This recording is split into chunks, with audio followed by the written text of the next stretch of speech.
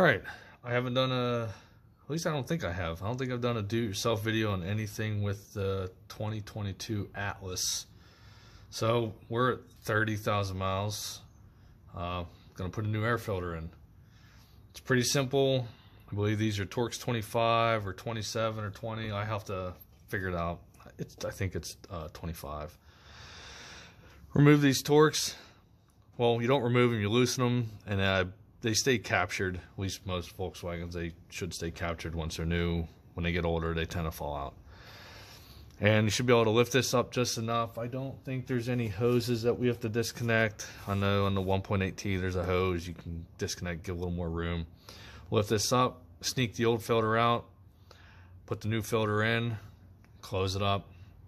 It's a very simple job. Okay, it is a Torx 25. It's upside down. Torx 25. And you don't have to use an impact driver, but it makes it quick.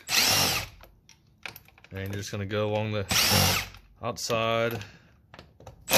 Whoops. Make sure you actually get in the screw. Torx bit. There's one that hides back here. One in this corner. And the rest are easy to get to.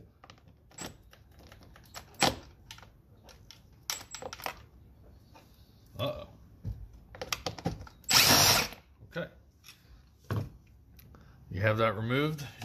This should flex enough to give you enough room to lift this up. You don't got to go crazy with it. You move it out to the side. Now this has 30,000 miles on it.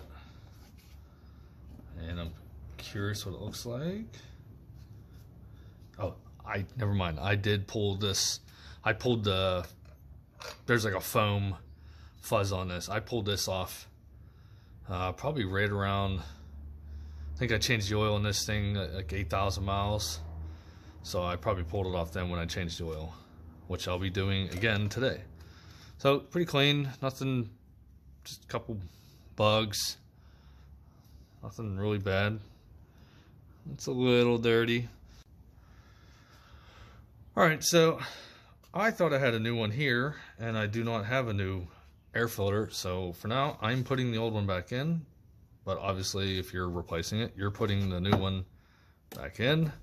Make sure it seats in there. It just drops past. Sometimes you can kind of set this in, and like the corner will sit in there. It looks like it's in there, but it's not. You'll go to put the lid in, and you'll get an air leak. You could possibly get junk going back past it. So you want to make sure that's fully seated in there, level with all the corner, level on all corners. And you take your airbox lid, and it actually makes like a unique, like airtight sound when you put it on. And you kind of really know that you're there. So then all you do is tighten your screws, Torx screws back up.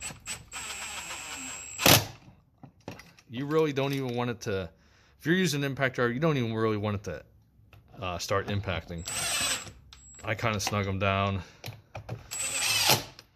Kind of do like a crisscross pattern. It's not super important, but I'm sure it helps.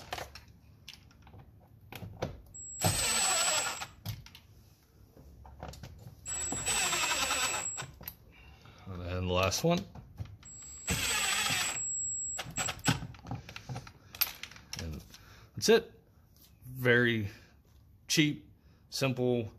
Anyone that can basically use their hands should be able to change this.